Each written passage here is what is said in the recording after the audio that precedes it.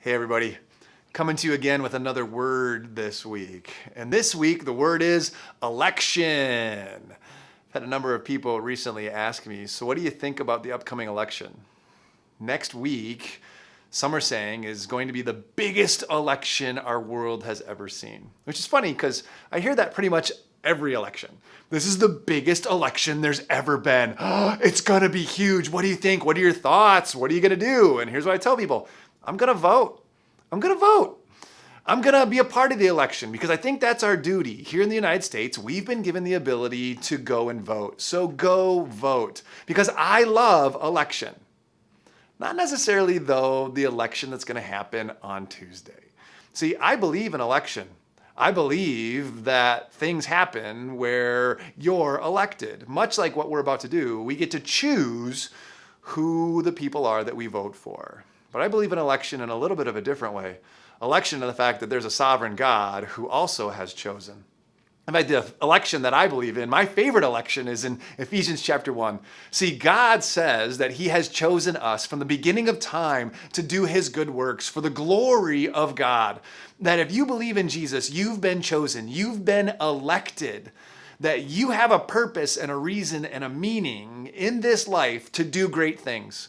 To be exactly where you are right now, to live out the life that God has called you to so that people see Jesus in you as you walk the face of the earth. As you do things then like vote. As you go and vote because you are here at this time to be the glory of God, to live out his action in this world.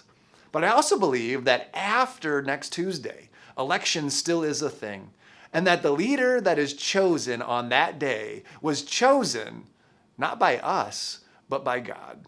See, Scripture also tells us that God chooses all of the leaders, that he raises up and that he puts down the leaders as he chooses in his time for his purposes.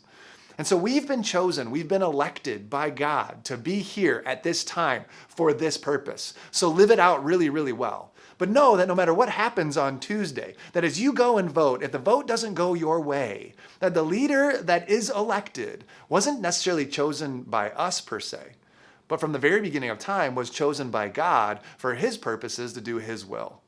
And then our responsibility is to live right where we're supposed to be, the way that we're supposed to, so that God gets the glory, no matter who the leader is.